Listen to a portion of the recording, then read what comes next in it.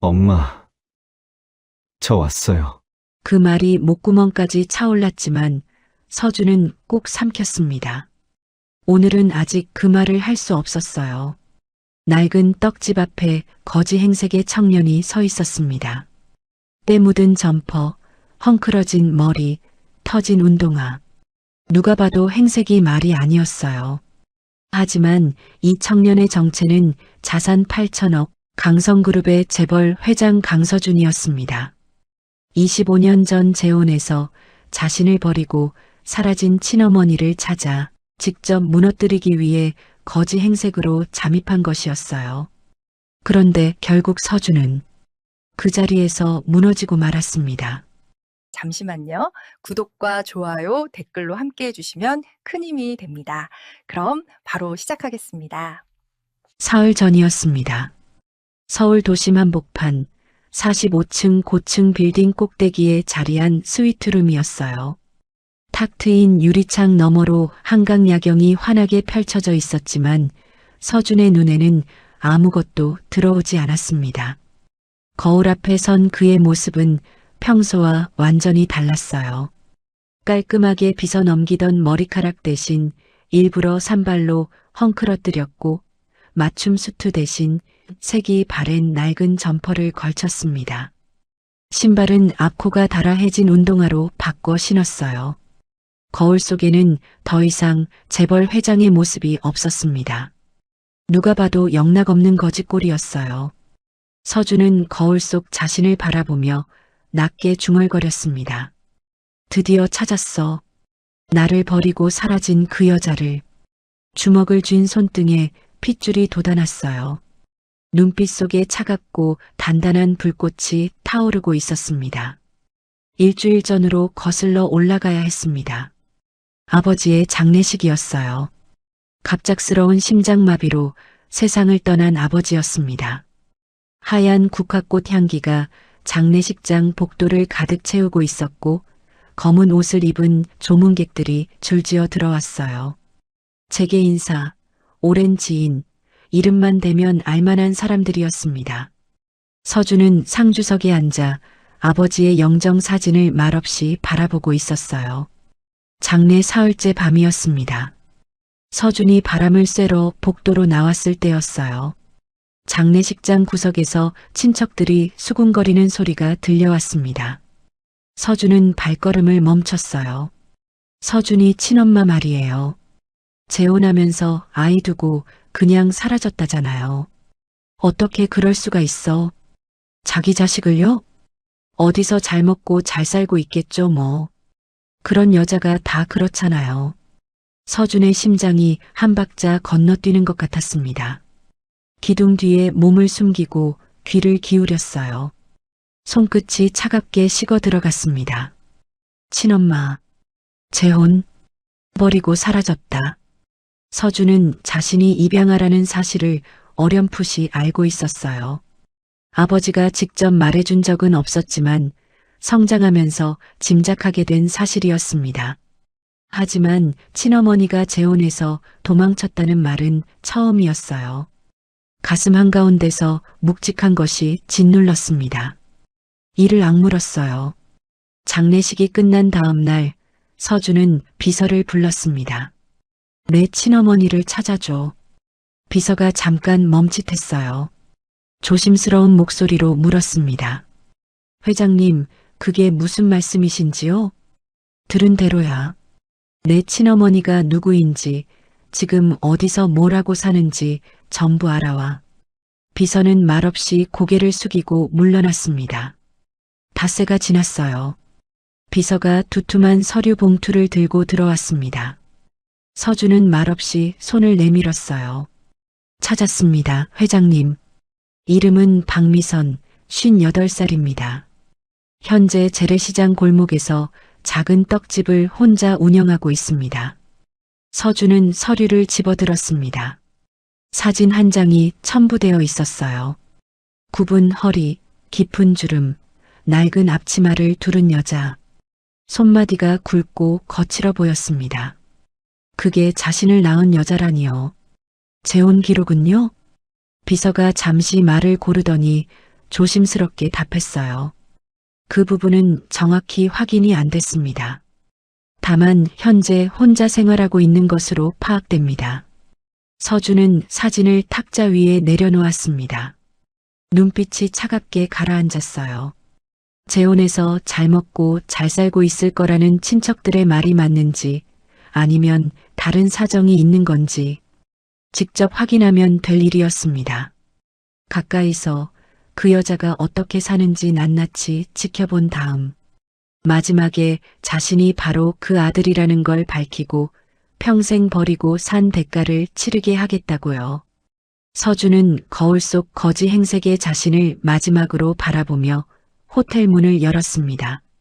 재래시장 골목은 예상보다 훨씬 낡고 허름했어요. 골목 안으로 들어서자 된장 냄새와 기름 냄새가 뒤섞여 코끝을 스쳤습니다. 좁은 골목 사이로 낡은 천막 가게들이 빼곡하게 들어서 있었어요. 그리고 골목 가장 끝자락 오래된 슬래브 지붕 아래 낡은 철문이 보였습니다. 문 옆에 손으로 쓴 작은 종이가 붙어 있었어요. 박미선 떡집. 서준은 그 앞에 멈춰 섰습니다. 손에 힘이 들어갔어요. 숨을 한번 고르고 발걸음을 내디뎠습니다. 바로 그때였어요. 철문이 열리더니 안에서 여자가 나왔습니다.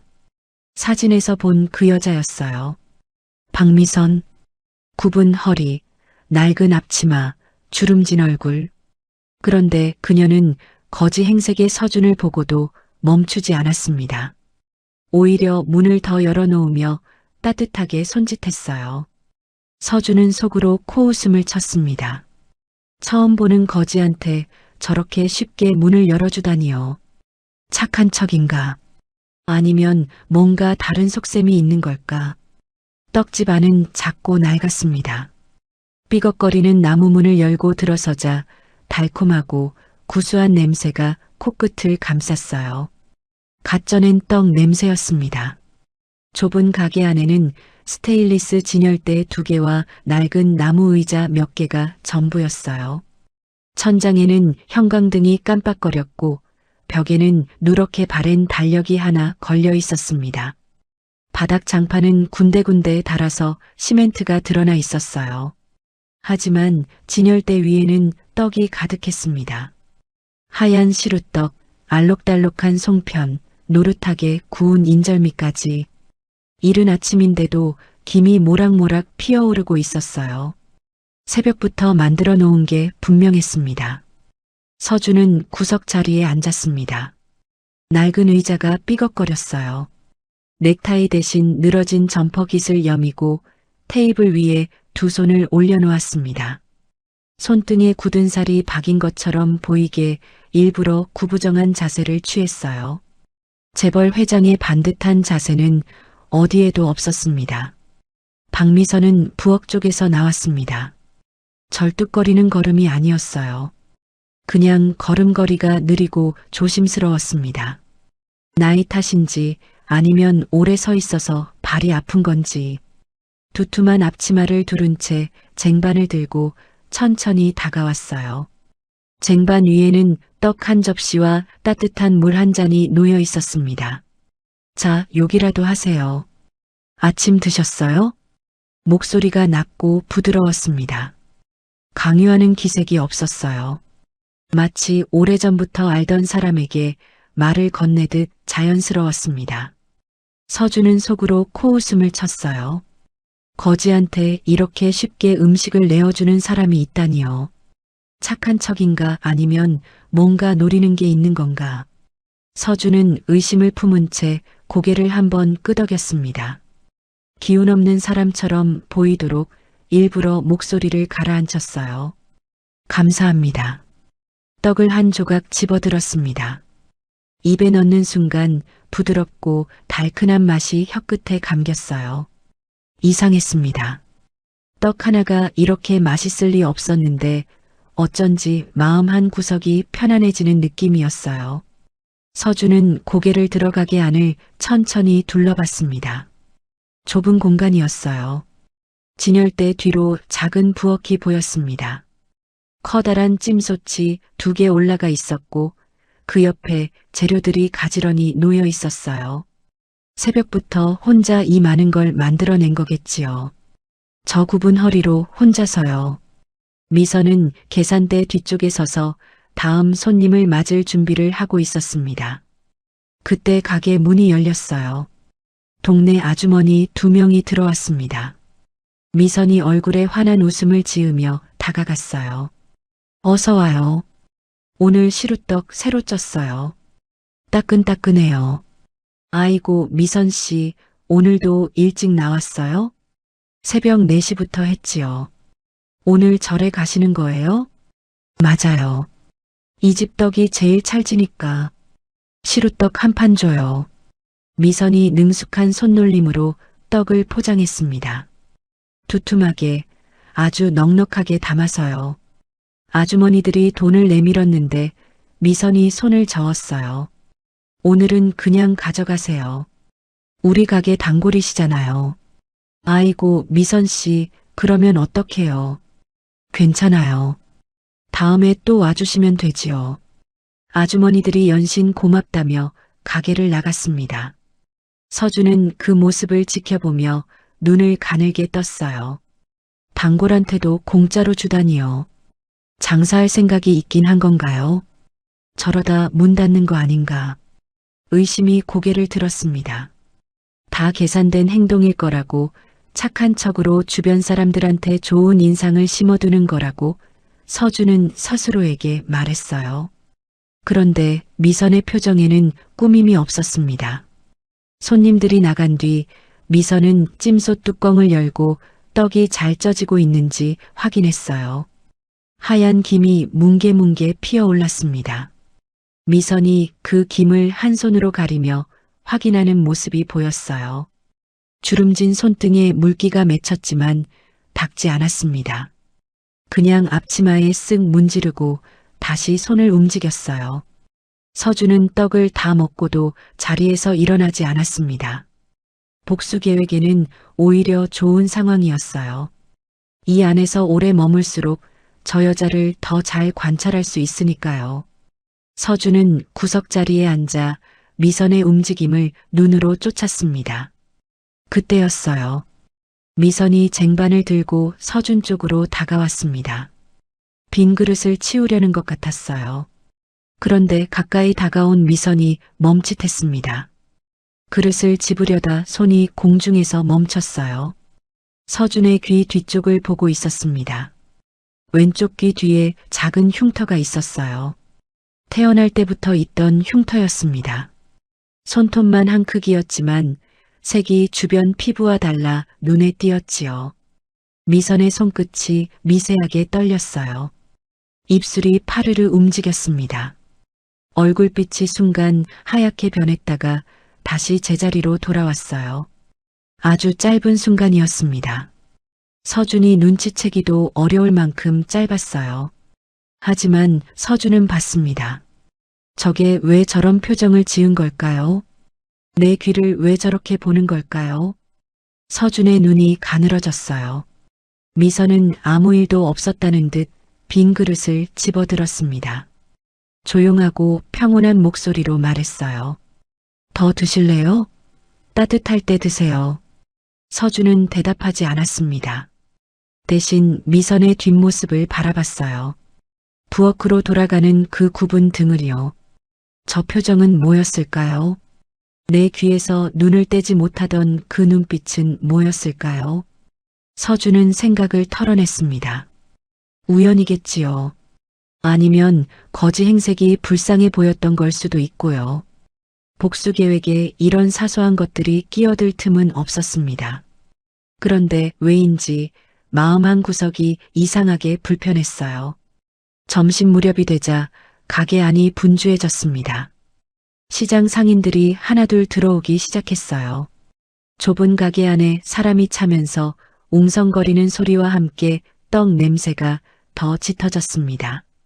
서준은 구석 자리를 지키며 미선의 움직임을 눈으로 쫓았어요. 복수를 위한 관찰이라고 스스로에게 말했지만 묘하게 시선이 떨어지지 않았습니다. 미선은 바빴어요. 손님이 들어오면 얼굴에 웃음부터 피웠습니다. 주름진 눈가가 더 깊게 패이도록 환하게 웃었어요. 누가 떡 종류를 물어보면 하나하나 설명해줬고 어느 게 오늘 제일 잘 됐는지도 친절하게 일러줬습니다. 손이 느렸지만 서두르지 않았어요. 천천히 하지만 빠짐없이 손님을 챙겼습니다. 그런데 서준의 눈에 이상한 장면이 들어왔어요. 손님들에게 떡을 담아줄 때마다 미선은 넉넉하게, 아주 넉넉하게 담았습니다. 저울이 조금 더 나가도 그냥 줬어요. 포장지에 하나씩 더 얹어주는 건 예사였습니다. 그러면서 정작 자기는 부엌 한쪽 구석에 서서 굳은 떡 조각을 집어먹고 있었어요. 갓 쪄낸 따뜻한 떡이 아니었습니다. 어제 남은 건지 모서리가 딱딱하게 굳어 있었어요. 미선은 그걸 물 한 모금과 함께 삼켰습니다. 반찬도 없었어요. 굳은 떡 조각 두어 개가 점심의 전부였습니다. 서준은 눈을 가늘게 떴어요.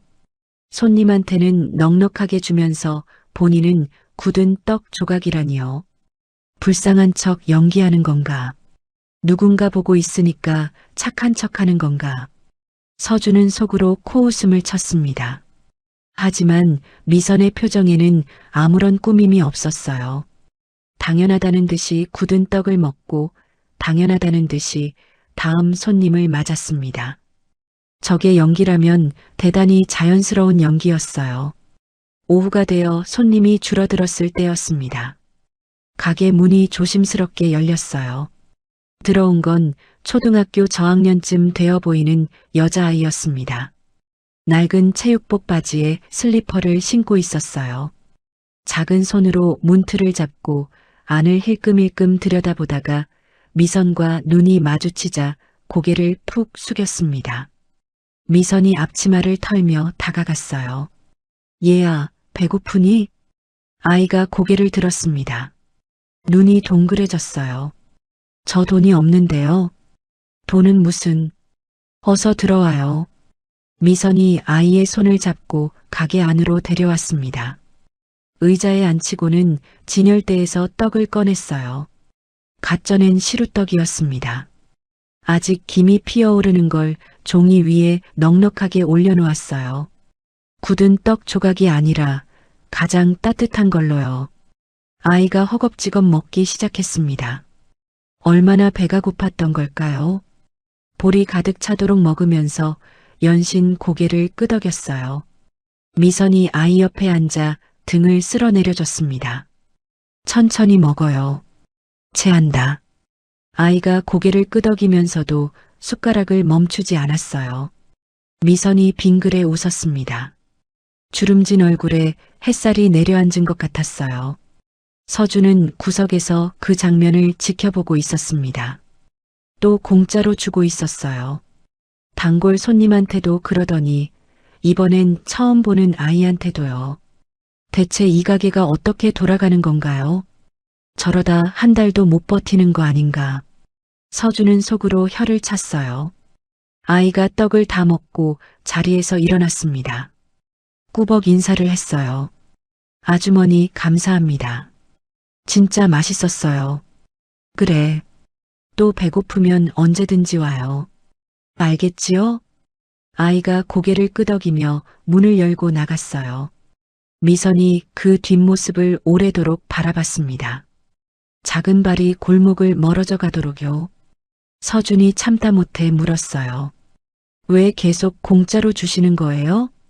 미선이 고개를 돌렸습니다. 눈가에 잔잔한 미소가 번졌어요. 저 아이 할머니하고 둘이 살아요. 형편이 좀 어렵거든요. 미선이 잠깐 말을 멈췄습니다. 창밖을 바라보며 낮은 목소리로 덧붙였어요. 저도 옛날에 아이가 있었는데 그 생각이 나서요. 서준의 표정이 굳었습니다. 아이가 있었다고요. 지금 그 말을 어떤 얼굴로 하는 건가요? 자기가 버리고 간 아이 생각이 나서 남의 아이한테 잘해준다는 건가요? 말이 됩니까, 그게? 서준은 미선의 말이 뻔뻔하게 들렸어요. 하지만 이상했습니다. 미선의 눈빛에는 거짓이 없어 보였어요. 아이를 말할 때 목소리가 살짝 떨렸고 창밖을 바라보는 눈가에 물기가 맺히는 게 보였거든요. 연기치고는 너무 자연스러웠어요. 뭐가 진실인 걸까요? 서준은 시선을 걷어 가게 안을 둘러봤습니다. 그때 부엌 한쪽에 가지런히 놓인 낡은 신발이 눈에 들어왔어요. 미선이 신고 있던 신발이었습니다. 밑창이 얇아질 대로 얇아져 있었고 옆면은 실밥이 터져 벌어져 있었어요. 몇 년을 신은 건지 색도 다 발해 있었습니다. 서준의 눈이 가늘어졌어요. 가게도 허름하고 신발도 적골이고 점심은 굳은 떡 조각이고 대체 어디서 어떻게 살아온 건지 서준은 고개를 저었습니다. 다 계산된 행동일 거라고 누군가 지켜보니까 불쌍한 척 연기하는 거라고 스스로를 다독였어요. 그런데 이상하게 마음 한 구석이 찜찜했습니다. 저 아이 머리를 쓰다듬던 손길이 자꾸 눈앞에 아른거렸어요. 창밖을 바라보며 낮게 말하던 그 목소리가 귀가에 맴돌았습니다. 아이가 있었다고. 그 생각이 나서라고요. 서준은 고개를 세차게 저었어요. 감상에 빠질 때가 아니었습니다. 저 여자는 복수 대상이에요.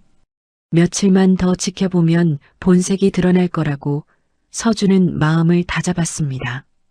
그런데 바로 그날 저녁이었어요. 가게 문을 닫고 미선이 혼자 부엌을 정리하기 시작했습니다. 그릇을 씻고 솥을 닦고 바닥을 쓸었어요. 그리고 다 끝난 뒤 부엌 한쪽 선반 위에서 낡은 상자 하나를 꺼내 들었습니다. 뚜껑을 열지는 않았어요. 그냥 한참 동안 내려다보다가 조심스럽게 다시 올려놓았습니다. 손끝이 잠깐 떨리는 것 같았어요. 서준은 창문 너머로 그 모습을 지켜봤습니다. 저 상자 안에는 뭐가 들어있는 걸까요? 저녁 무렵이었습니다. 손님이 끊기고 가게 안이 조용해졌어요. 미선이 진열대를 정리하며 마감 준비를 하고 있었습니다. 서준은 자리에서 일어나 나가려는 척 문 쪽으로 발걸음을 옮겼어요. 며칠 더 이 여자를 관찰하려면 핑곗거리가 필요했거든요. 일부러 지갑을 떨어뜨렸습니다. 툭 하는 소리와 함께 지갑이 바닥에 굴러갔어요. 미선이 그 소리를 듣고 고개를 돌렸습니다. 서준이 허리를 굽혀 지갑을 집어드는 순간 지갑이 살짝 벌어지면서 안이 보였어요. 1,000원짜리 한 장. 그게 전부였습니다. 거지 행색에 맞게 미리 준비해둔 소품이었어요. 미선의 얼굴에 안타까운 빛이 스쳤습니다. 서준을 위아래로 한번 훑어봤어요. 때 묻은 옷, 헝클어진 머리, 해진 신발. 밖은 이미 어둑어둑해지고 있었습니다. 미선이 잠시 망설이더니 조심스럽게 입을 열었어요. 혹시 오늘 주무실 때가 있으세요? 서준이 고개를 들었습니다. 가게 뒤에 창고가 있어요. 크진 않은데 이불 깔면 잘 수 있거든요. 괜찮으시면 며칠 거기서 지내요. 밤에 많이 춥잖아요. 서준은 속으로 비웃었습니다. 착한 척은 여기서도 계속이군요. 거지한테 왜 이렇게까지 하는 건지. 하지만 복수 계획에는 오히려 좋은 상황이었어요. 가까이서 지켜볼 수 있으니까요. 서준이 고개를 숙이며 대답했습니다. 목소리에 일부러 기운 없는 톤을 섞었어요. 감사합니다.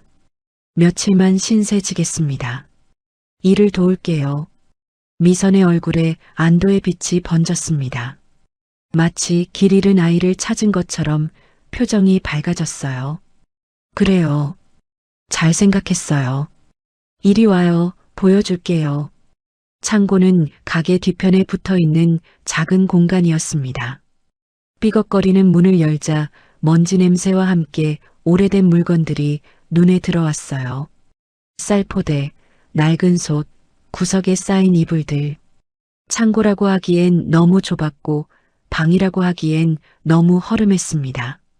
미선이 이불을 꺼내 바닥에 정성껏 깔아줬어요. 한 장이 아니라 2장을 겹쳐서 깔았습니다. 바닥이 차니까 2장 깔아요. 춥지 않게요. 서준은 고개를 숙여 인사했습니다. 미선이 문을 닫고 나가자 서준의 눈빛이 차갑게 변했어요. 좋아. 이제부터 내가 어떻게 사는지 낱낱이 지켜보겠어. 밤이 깊어갔습니다. 서준은 이불 위에 누워 천장을 바라봤어요. 창고 천장에는 거미줄이 쳐져 있었고 어디선가 물 떨어지는 소리가 희미하게 들렸습니다. 스위트룸 침대와는 하늘과 땅 차이였어요. 하지만 이상하게 불편하지는 않았습니다. 몸이 피곤한 건지 아니면 다른 이유인지 알 수 없었어요. 그때 가게 쪽에서 소리가 났습니다. 서준이 살짝 문을 열고 내다봤어요. 미선이 부엌에서 설거지를 하고 있었습니다. 이 늦은 시간에요. 절뚝거리는 다리로 서서 그릇을 닦고 솥을 문지르고 바닥을 쓸었어요.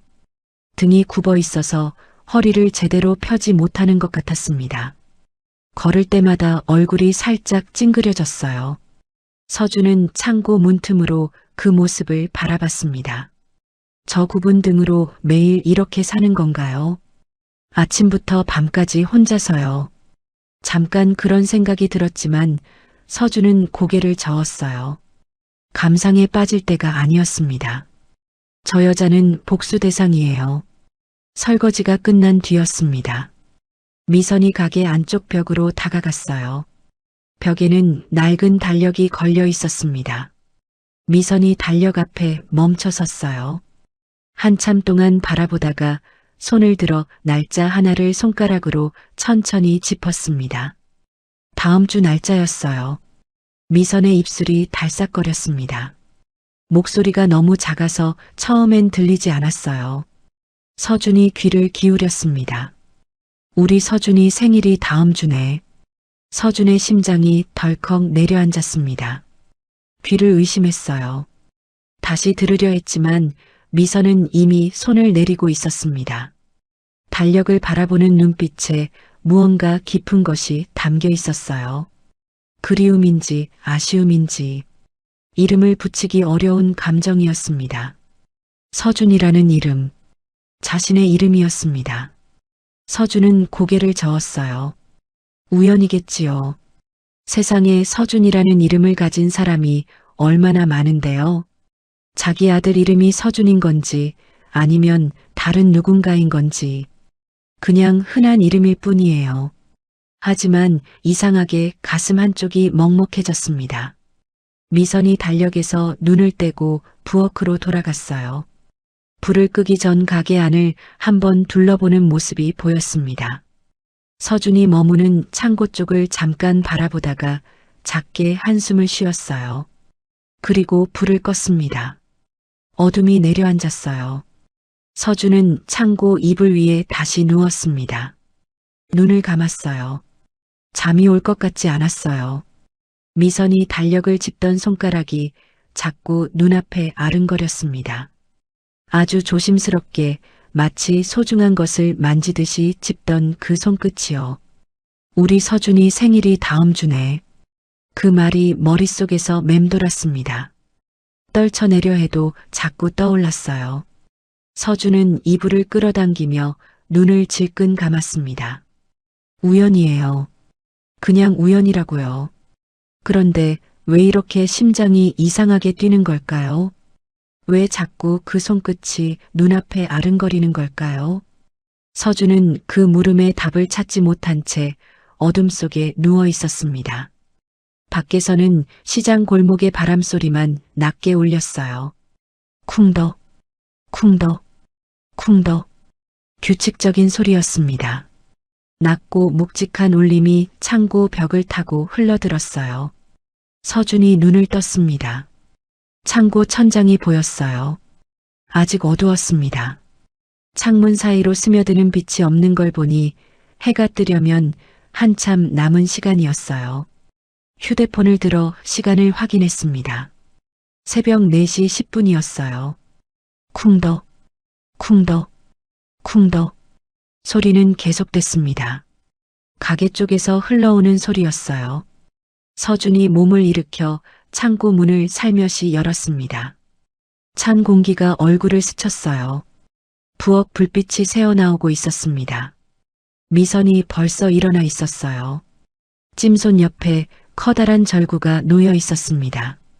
미선이 두 손으로 절구꽁이를 잡고 떡을 치고 있었어요. 쿵덕, 쿵덕. 온몸에 무게를 실어 내리칠 때마다 굽은 허리가 더 깊이 숙여졌습니다. 내쉬는 숨이 새벽 공기 속에서 하얗게 피어올랐어요. 서준은 문틈으로 그 모습을 바라봤습니다. 새벽 4시에 저러고 있는 건가요? 어제 밤늦게까지 설거지를 하고 몇 시간도 안 자고 다시 일어나서요. 저 굽은 허리로 혼자서요. 쿵덕, 쿵덕, 쿵덕. 소리가 고요한 새벽을 채웠습니다. 일정했어요. 빠르지도 느리지도 않은 리듬이었어요. 오래 해온 사람만이 만들 수 있는 박자였습니다. 그런데 이상했습니다. 그 소리가 왜인지 낯설지 않았어요. 처음 듣는 소리인데 어디선가 들어본 것 같은 느낌이었습니다. 잡으려 하면 사라지고 외면하려 하면 다시 떠오르는 오래된 기억의 파편 같은 것이었어요. 서준은 눈살을 찌푸렸습니다. 무슨 말도 안 되는 생각을 하는 건지 고개를 저었어요. 미선이 잠시 공의를 내려놓고 허리를 폈습니다. 아니, 펴려고 했어요. 하지만 허리가 제대로 펴지지 않았습니다. 한 손으로 허리 뒤쪽을 짚고 잠깐 멈춰 섰어요. 얼굴이 살짝 일그러졌습니다. 아픈 게 분명했어요. 그러다 다시 공의를 잡았습니다. 쿵덕, 쿵덕, 쿵덕. 멈추지 않았어요. 얼굴이 찡그려지는 것도 아랑곳하지 않고 다시 리듬을 이어갔습니다. 서준은 그 모습에서 눈을 뗄 수가 없었어요. 왜 저렇게까지 하는 걸까요? 혼자 사는 게 빤히 보이는 여자가, 허리도 아프고 새벽 4시에 일어나야 하는 여자가 왜 이 낡은 떡집을 저렇게 버티고 있는 걸까요? 돈도 안 되는 것 같은데 손님한테는 넉넉하게 주고 자기는 굳은 떡 조각 먹으면서 대체 뭘 위해서 그러는 건가요? 서준은 그 물음을 머릿속에서 밀어냈습니다. 상관없는 일이었어요. 저 여자의 사정이 어떻든 그건 자신이 신경 쓸 문제가 아니었습니다. 한참이 지났을 때였어요. 떡이 다 된 건지 미선이 공의를 내려놓고 찜솥 뚜껑을 열었습니다. 뜨거운 김이 확 피어올랐어요. 미선이 한쪽으로 얼굴을 돌리며 눈을 가늘게 떴습니다. 그리고 능숙한 손놀림으로 떡을 꺼내 도마 위에 올려놓았어요. 간 만들어진 떡이었습니다. 아직 모양도 안 잡혔고 말랑말랑했어요. 미선이 젖은 손을 앞치마에 문지르며 그걸 바라봤습니다. 잠깐 웃었어요. 아무도 없는 새벽 부엌에서 혼자서요. 그 웃음이 어딘가 쓸쓸해 보였어요. 미선이 도마 옆에 놓인 메모지를 들여다봤습니다. 뭔가를 확인하는 것 같았어요. 그러더니 고개를 끄덕이며 다시 손을 움직이기 시작했어요. 떡을 썰고 모양을 잡고 접시에 가지런히 올렸습니다. 쿵덕, 쿵덕. 소리가 다시 시작됐습니다. 다음 반죽을 치는 소리였어요. 서준은 문틈에 등을 기대고 눈을 감았습니다. 그 소리가 귓속으로 스며들었어요. 낮고 규칙적인 울림이 이상하게 마음을 가라앉혔습니다. 머릿속이 복잡했는데 그 소리를 들으니 잡생각이 잦아드는 것 같았어요. 왜 이러지? 서준은 눈을 떴습니다. 차가운 새벽 공기를 한번 깊이 들이마셨어요. 정신을 차려야 했습니다. 저 소리에 뭔가 대단한 의미를 붙이는 건 말이 안 됐어요. 그냥 떡 치는 소리일 뿐이에요. 그런데 자꾸 어딘가에서 들어본 것 같은 느낌이 가시질 않았어요. 아주 오래전, 아주 어렸을 때 잠결에 들었던 것 같은 소리. 그 시절이 언제인지 어디에서였는지 기억이 구체적으로 잡히지 않았습니다. 잡으려 하면 연기처럼 흩어졌어요. 서준은 고개를 세차게 저었습니다. 말도 안 되는 생각이에요. 저 여자는 자신을 버린 사람이에요. 그 사실은 변하지 않았습니다. 친척들의 말도 있고 비서가 가져온 기록도 있어요. 감상에 빠질 때가 아니었습니다. 날이 조금씩 밝아오고 있었어요. 창고 창문 사이로 희부연 빛이 스며들기 시작했습니다. 서준이 다시 이불 위에 누웠어요. 쿵덕, 쿵덕 소리는 계속됐습니다. 그 소리를 들으며 눈을 감았어요. 잠이 올 것 같지 않았는데 이상하게 눈꺼풀이 무거워졌습니다. 어느새 잠이 들었어요. 꿈도 꾸지 않고 중간에 깨지도 않고요. 서준이 수면제 없이 이렇게 깊이 잠든 게 얼마만인지 알 수 없었습니다. 아침이 밝았을 때였어요. 서준이 눈을 비비며 창고 문을 열고 나오니 가게 안에는 이미 떡이 가득했습니다. 새벽 내내 혼자 만들어 놓은 것들이었어요. 시루떡, 인절미, 콩떡. 진열대 위에 가지런히 올려져 있었습니다. 미선이 부엌에서 나오다 서준과 눈이 마주쳤어요. 환하게 웃었습니다. 일어났어요? 얼굴색이 좋아 보이네요. 잘 잤어요? 서준은 아무 말도 하지 못했어요. 대신 미선의 손을 봤습니다. 새벽 내내 절국공이를 잡았던 손이었어요. 손등이 빨갛게 부어 있었습니다. 손마디 사이에는 떡 반죽이 아직 남아 있었어요.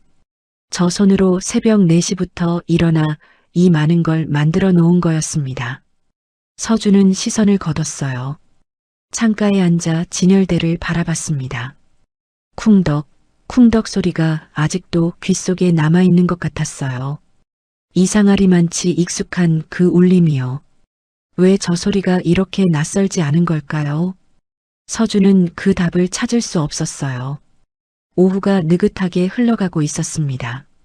점심 손님이 빠지고 가게 안이 한산해진 시간이었어요. 미선이 내일 쓸 재료를 손질하고 있었고 서준은 구석 자리에 앉아 창밖을 내다보고 있었습니다. 시장 골목에는 좌판을 정리하는 상인들이 오가고 있었어요. 평화로운 오후였습니다. 그때 가게 문이 벌컥 열렸어요. 소리부터 달랐습니다. 조심스럽게 여는 소리가 아니었어요. 문이 벽에 부딪힐 만큼 세게 열렸고 그 소리에 미선의 손이 멈췄습니다. 서준이 고개를 돌렸어요. 50대 중반쯤 되어 보이는 남자가 들어섰습니다. 양복을 차려입고 있었어요. 기름기 있는 얼굴에 능글맞은 웃음이 걸려 있었지만 눈빛은 차가웠습니다. 그 뒤로 덩치 큰 남자 둘이 따라 들어왔어요.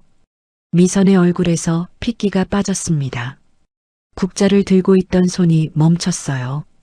입술이 살짝 굳어졌지만 목소리는 평온하게 유지했습니다. 강 사장님, 무슨 일로 오셨어요? 남자가 서류 봉투를 꺼내 탁자 위에 내던졌습니다. 탁 소리가 가게 안에 울렸어요. 무슨 일이긴요? 이 땅 넘기기로 했잖아요. 계약서 가져왔어요. 미선의 눈이 가늘어졌습니다. 그런 계약 한 적 없어요. 무슨 소리예요? 여기 인감도장 찍혀 있잖아요. 남자가 서류를 펼쳐 들이밀었어요. 미선이 서류를 바라봤습니다. 얼굴이 하얗게 질려가고 있었어요. 손이 떨리기 시작했습니다. 이건 제가 찍은 게 아니에요. 아이고, 왜 이렇게 딱 잡았대요. 계약서는 계약서예요. 법대로 하면 되는 거 아닌가요? 남자의 목소리가 점점 높아졌습니다. 뒤에 서 있던 덩치 큰 남자들이 팔짱을 끼며 앞으로 나섰어요. 가게 안이 갑자기 좁아지는 것 같았습니다. 서준은 구석에서 그 장면을 지켜봤어요. 강영수, 비서가 조사해 온 이름이었습니다. 이 일대 부동산 개발을 손에 쥐고 있는 사람이었어요. 시장 골목 재개발을 추진하면서 상인들을 하나씩 내보내고 있다는 이야기를 장에서 들은 적이 있었습니다. 미선이 서류를 다시 한번 훑어봤어요. 손끝이 떨렸지만 목소리는 끝까지 가라앉혔습니다. 저는 이 가게를 팔 생각이 없어요. 돌아가 주세요. 강영수의 표정이 굳었습니다. 웃음이 사라졌어요. 잠깐 미선을 노려보더니 뒤에 있는 남자들에게 눈짓을 했습니다. 그리고 낮게 말했어요. 두고 봐요. 어차피 이 골목은 다 넘어오게 되어 있어요. 그가 돌아섰습니다. 덩치 큰 남자들이 따라 나갔어요. 문이 다시 쾅 닫혔습니다. 무거운 침묵이 내려앉았어요. 미선이 그 자리에 한참 서 있었습니다. 손에 들린 국자를 내려놓았어요. 조용히 부엌으로 돌아가 싱크대 앞에 섰습니다. 물을 틀었어요. 손을 씻는 건지 아니면 그냥 물소리가 필요한 건지 알 수 없었습니다. 서준은 미선의 뒷모습을 바라봤어요. 어깨가 조금 처져 있었습니다. 등이 평소보다 더 굽어 보였어요. 하지만 소리 하나 내지 않았습니다. 그냥 조용히 물을 틀어놓고 서 있었어요. 저 여자, 저 인감도장이 어떻게 된 건지 알고 있는 걸까요? 아니면 정말 모르는 건지. 서준은 생각을 정리하지 못했어요. 그때 가게 문이 다시 열렸습니다. 이번엔 살며시였어요. 작은 체구의 여자가 고개를 내밀었습니다. 60대쯤 되어 보였어요. 야채 장수인지 손에 상추 묶음이 들려 있었어요. 눈이 빠르게 가게 안을 살폈습니다. 강영수가 없는 걸 확인하고는 안으로 들어왔어요. 미선아, 괜찮아? 미선이 물을 잠그고 돌아섰습니다. 애써 웃음을 지었어요. 응, 괜찮아. 순자야. 순자. 야채 아주머니였습니다. 서준은 그 이름을 기억해뒀어요. 미선이 가끔 골목에서 짧게 이야기를 나누는 사람이었거든요. 저놈이 또 왔네. 요즘 들어 부쩍 심해졌어. 조심해야 해. 알아. 별거 아니야. 별거 아니긴. 인감도장까지 가져다 쓴다는데. 두 사람이 낮은 목소리로 이야기를 나눴어요. 서준은 들리는 척 안 하며 귀를 기울였습니다. 조금 뒤 미선이 부엌으로 들어갔어요. 손님이 주문한 떡을 포장하러 간 것 같았습니다. 순자가 혼자 남아 가게 안을 둘러보다 서준을 발견했어요. 눈이 마주쳤습니다. 순자가 서준 쪽으로 다가왔어요. 목소리를 낮췄습니다. 미선이네 며칠째 있는 청년이죠? 서준이 고개를 끄덕였습니다. 아까 다 봤죠? 저 강영수라는 작자, 시장 골목 다 빼앗으려는 사람이에요. 특히 미선이한테 악착같이 달려들어요. 이 땅이 개발되면 핵심 위치거든요. 서준이 조심스럽게 물었습니다. 저 아주머니가 안 팔면 그냥 두면 되지 않나요? 계약서를 위조까지 한다니요. 순자의 얼굴에 그늘이 졌어요. 잠깐 망설이더니 더 낮은 목소리로 말했습니다. 미선이가 혼자라서 그래요. 싸워줄 사람이 없으니까 만만한 거지요. 가족이 없어요? 순자의 눈빛이 복잡하게 가라앉았습니다. 무언가를 말하려다 멈추는 것 같았어요. 상추 묶음을 고쳐주며 짧게 말했습니다. 아들이 있었어요. 근데 사정이 있어서 오래전에 헤어졌지요. 서준은 가슴 어딘가가 조여드는 걸 느꼈어요. 재혼해서 떠난 거 아닌가요? 그 말이 나오는 순간 순자의 눈빛이 달라졌습니다. 눈썹이 살짝 올라갔어요. 서준을 빤히 바라보다가 낮게 물었습니다. 그 말을 어디서 들었어요? 그냥 그런 소문이 있다고요. 순자가 짧게 코웃음을 쳤습니다. 씁쓸한 웃음이었어요. 재혼이요. 어림도 없지. 그 사람 25년 동안 혼자예요. 재혼은커녕 밥도 제대로 못 챙겨 먹으면서 저 가게 혼자 지켜온 사람이에요. 서준의 손이 멈췄습니다. 그럼 왜 아들하고 헤어진 건가요? 순자가 입술을 달싹거렸습니다. 말이 목구멍까지 올라왔다가 다시 내려가는 것 같았어요. 부엌 쪽을 한번 힐끔 보더니 더 낮게 말했습니다. 사정이 있어요. 미선이가 원해서 떠난 게 아니에요. 맨몸으로 쫓겨난 거예요. 가진 것도 없이 아무것도 없이 쫓겨났다고요. 서준은 그 말을 속으로 되뇌었습니다. 심장이 이상하게 뛰었어요. 재혼해서 도망간 게 아니라 쫓겨났다고요. 그럼 친척들이 한 말은 뭐였던 걸까요? 비서가 가져온 기록은요. 순자가 더 말하려는 순간 부엌에서 미선이 나왔습니다. 순자가 입을 닫았어요. 순자야, 오늘 상추 가져왔어? 얼마야? 그냥 가져온 거야. 밥은 먹었어? 두 사람이 평범한 대화를 나누기 시작했어요. 서준은 그 옆에서 아무것도 듣지 못한 척 창밖을 바라봤습니다. 맨몸으로 쫓겨났다. 그 말이 머릿속에서 떠나지 않았어요. 지금까지 알고 있던 것과 달랐습니다. 어느 쪽이 진실인 걸까요? 어느 쪽을 믿어야 하는 걸까요? 서준은 이를 악물었습니다. 직접 확인하면 됩니다. 더 지켜보면 알 수 있을 거예요. 순자 아주머니 말 한마디에 흔들릴 이유가 없었어요. 저 여자가 어떤 사람인지는 아직 다 본 게 아니었으니까요. 하지만 이상하게 마음 한 구석이 자꾸 흔들렸습니다. 아침 일찍이었습니다. 서준이 창고에서 눈을 떴을 때 가게 쪽이 이상하게 조용했어요. 쿵덕쿵덕 떡치는 소리도 없었고 그릇 달그락거리는 소리도 없었습니다. 문틈으로 내다보니 부엌 불이 꺼져 있었어요. 미선이 없었습니다. 서준이 천천히 창고 문을 열었어요. 가게 안에는 떡이 가득 포장되어 있었습니다. 새벽부터 만들어 놓은 것들이었어요. 시루떡, 인절미, 경단까지 큼지막한 보자기에 가지런히 묶여 있었습니다. 그 옆에 짧은 메모가 놓여 있었어요. 잠깐 다녀올게요. 가게는 좀 이따 열 거예요. 서준은 메모를 내려놓았습니다. 직감적으로 뭔가 중요한 게 있을 거라는 느낌이 들었어요. 서둘러 점퍼를 걸치고 가게 밖으로 나왔습니다. 미선은 이미 골목 끝을 돌아가고 있었어요. 한 손에는 커다란 보따리를 들고 있었습니다. 새벽부터 만들어 놓은 떡이 들어있는 것 같았어요. 보따리가 제법 무거워 보였습니다. 들고 있는 팔이 아래로 당겨지는 게 보였어요. 그런데도 걸음을 멈추지 않았어요. 느리지만 꾸준하게 골목을 빠져나갔습니다. 서준은 거리를 두고 뒤를 밟았어요. 미선은 시장을 벗어나 큰 길로 나왔습니다. 버스 정류장 앞에서 멈춰 섰어요. 보따리를 바닥에 내려놓고 버스를 기다렸습니다.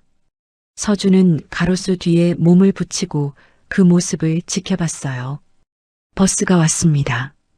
미선이 보따리를 다시 들어 올렸어요. 무거운지 두 손으로 끌어안았습니다. 버스 계단을 오르는 게 힘에 부쳐 보였어요. 옆에 있던 승객이 손을 내밀었고 미선이 고개를 꾸벅 숙이며 올라탔습니다. 서준도 뒷문으로 버스에 올랐어요. 버스는 시내를 벗어나기 시작했습니다. 창밖으로 높은 건물들이 점점 낮아지고 오래된 주택가가 나타났어요. 미선은 창가 자리에 앉아 보따리를 무릎 위에 올려놓고 있었습니다. 창밖을 바라보는 눈빛이 조용했어요. 무슨 생각을 하는 건지 표정에서 읽히지 않았습니다. 30분쯤 달렸을까요? 미선이 자리에서 일어났어요. 서준도 슬그머니 따라 내렸습니다. 미선이 멈춰선 곳은 시가지 외곽의 낡은 건물 앞이었어요. 담장 위로 낡은 현판이 보였습니다. 작은 글씨로 새겨진 이름을 서준이 읽었어요. 하늘빛 아동 보육원. 서준은 담장 옆에 몸을 붙였습니다. 미선이 보육원 문을 열고 안으로 들어갔어요. 서준이 담장 너머로 고개를 내밀었습니다. 마당에서 놀던 아이들이 미선을 발견했어요. 아이들이 일제히 뛰어왔습니다. 작은 발들이 마당을 쿵쿵 울렸어요. 서너 살짜리부터 10살이 넘어 보이는 아이까지 뒤섞여 달려왔습니다. 할머니, 할머니, 떡 할머니 왔다. 아이들이 미선에게 달려와 매달렸습니다. 치맛자락을 잡아당기고 손을 잡고 허리를 끌어안았어요. 미선이 그 자리에서 까르르 웃었습니다. 보따리를 내려놓고 두 팔을 벌렸어요. 아이고, 다들 잘 있었어요? 많이 컸네.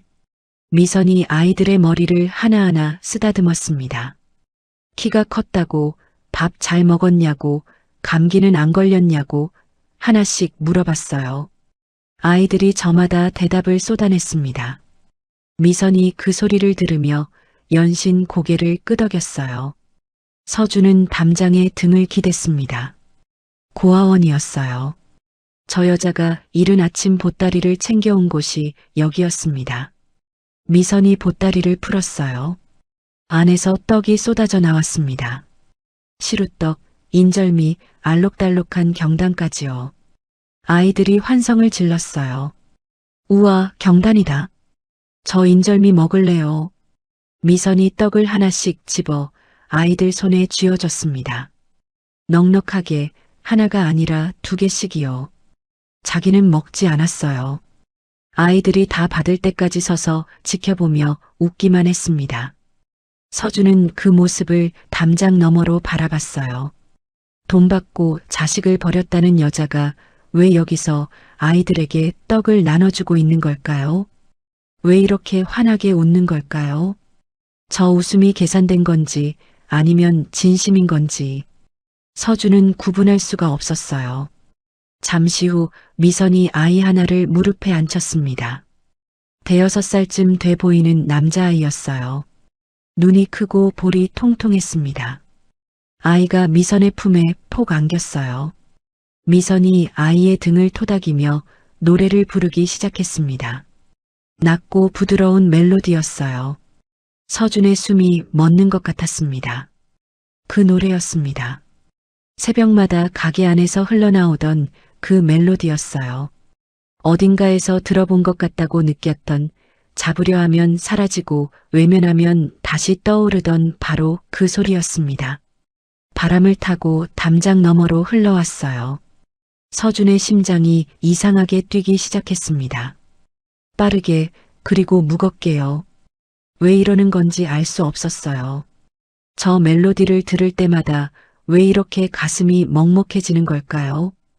왜 자꾸 아주 오래전 어딘가에서 들었던 것 같은 느낌이 드는 걸까요? 미선의 목소리가 낮게, 잔잔하게 흘렀습니다. 아이는 눈을 감았어요.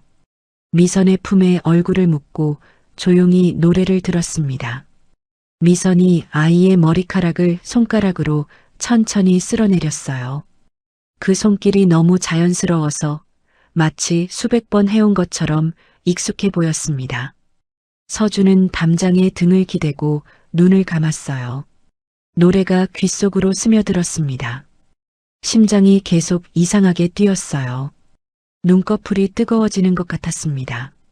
서준은 당황해서 눈을 떴어요. 손등으로 눈가를 문질렀습니다. 뭐야, 내가 왜 이러지? 서준은 담장에서 몸을 떼고 뒤돌아섰습니다. 빠르게 걸었어요. 보육원을 등지고 큰 길 쪽으로 걸어갔습니다. 발걸음이 자꾸 느려졌어요. 뒤를 돌아보고 싶었지만 억지로 참았습니다. 아무리 생각해도 이해가 되지 않았어요. 자식을 버린 여자가 왜 남의 아이들에게 새벽부터 만든 떡을 가져다 줄까요? 왜 저렇게 환하게 웃을까요? 왜 저 노래를 부를까요? 왜 저 노래가 이렇게 낯설지 않은 걸까요?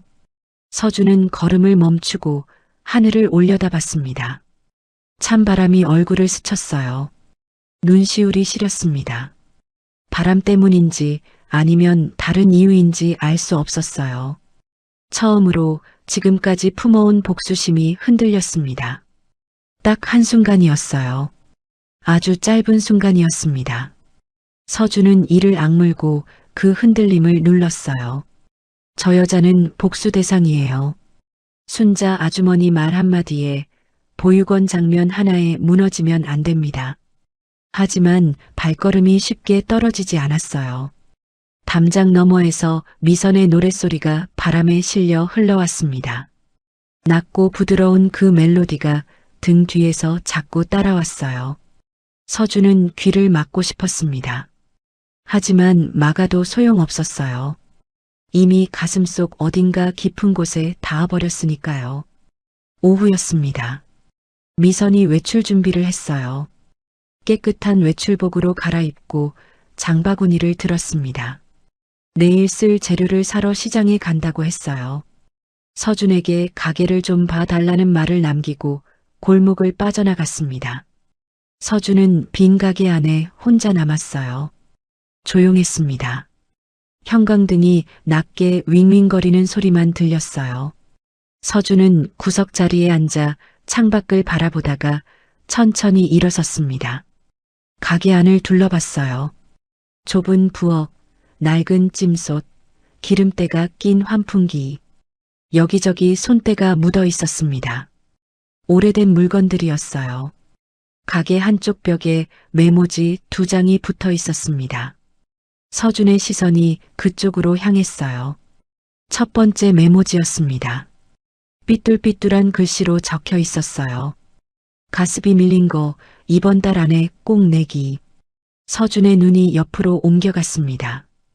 두 번째 메모지였어요. 서준이 이름으로 이번 달 후원금 보내기. 서준의 손이 멈췄습니다. 서준이라는 이름이 눈에 박혔어요. 가습이도 밀린 형편의 후원금은 꼬박꼬박 챙기다니요. 그것도 자신의 이름으로요. 어제 달력을 짚으며 중얼거리던 그 이름이었습니다. 우리 서준이 생일이 다음 주네. 그 목소리가 다시 귓속에 맴돌았어요. 서준은 시선을 걷었습니다. 우연일 수 있어요. 흔한 이름이에요. 서준이라는 이름을 가진 사람이 얼마나 많은데요. 스스로를 다독였지만 가슴 한 구석이 이상하게 무거웠습니다. 발걸음이 창고 쪽으로 옮겨졌어요. 자신이 며칠째 머물고 있는 공간이었습니다. 좁고 허름했어요. 쌀포대와 낡은 솥이 구석에 쌓여 있었고 이불이 한쪽에 개어져 있었습니다. 서준이 안으로 들어섰어요. 특별히 뭔가를 찾으려는 건 아니었습니다. 그냥 발이 향하는 대로 들어온 것이었어요. 그때 창고 한쪽 구석에 낡은 나무 서랍장이 눈에 들어왔습니다. 작고 오래된 서랍장이었어요.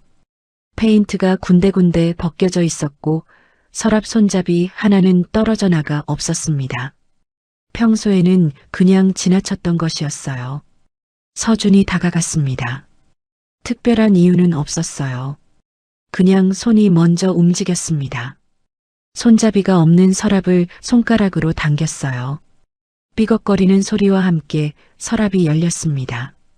안에는 낡은 앨범이 하나 있었어요. 두툼한 앨범이었습니다. 표지가 닳아서 색이 다 발해 있었어요. 모서리는 헤어져 속지가 드러나 있었습니다. 오래된 것이었어요. 서준이 앨범을 조심스럽게 꺼내 들었습니다. 펼쳤어요. 첫 장에 사진이 한 장 끼워져 있었습니다. 아기 사진이었어요. 돌이 갓 지난 것 같은 아기였습니다. 통통한 볼, 초롱초롱한 눈, 카메라를 향해 방긋 웃고 있었어요.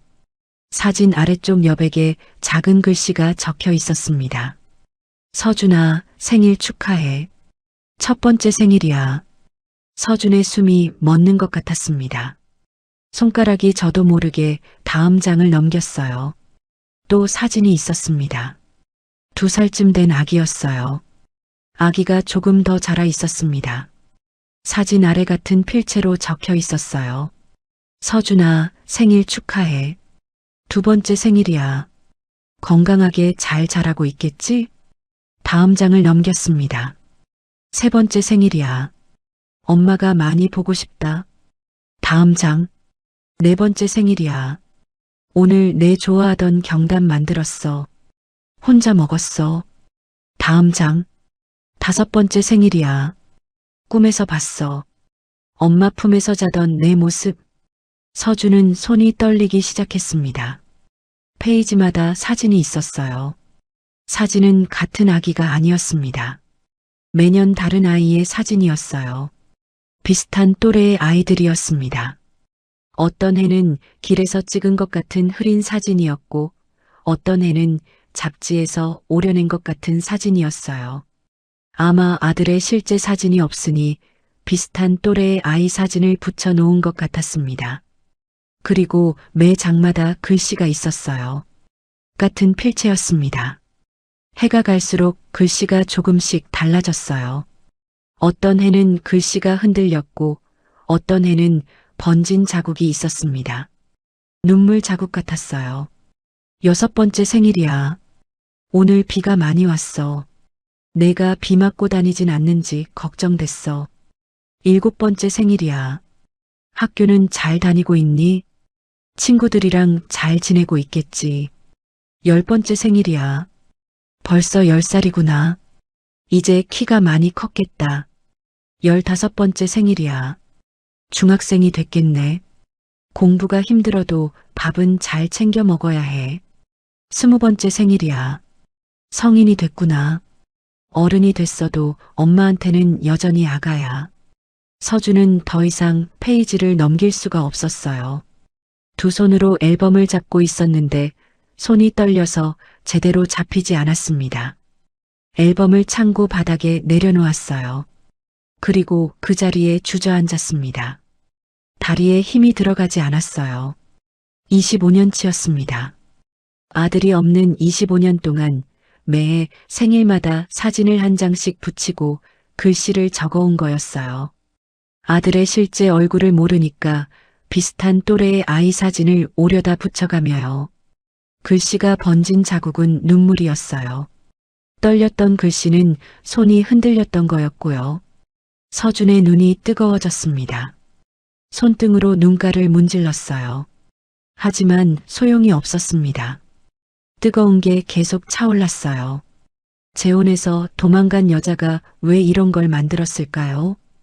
25년 동안 매해 생일마다 빠짐없이요. 아들 얼굴도 모르면서 비슷한 또래 아이 사진을 붙여가며요. 가스비도 밀리는 형편에 후원금은 꼬박꼬박 아들 이름으로 보내면서요.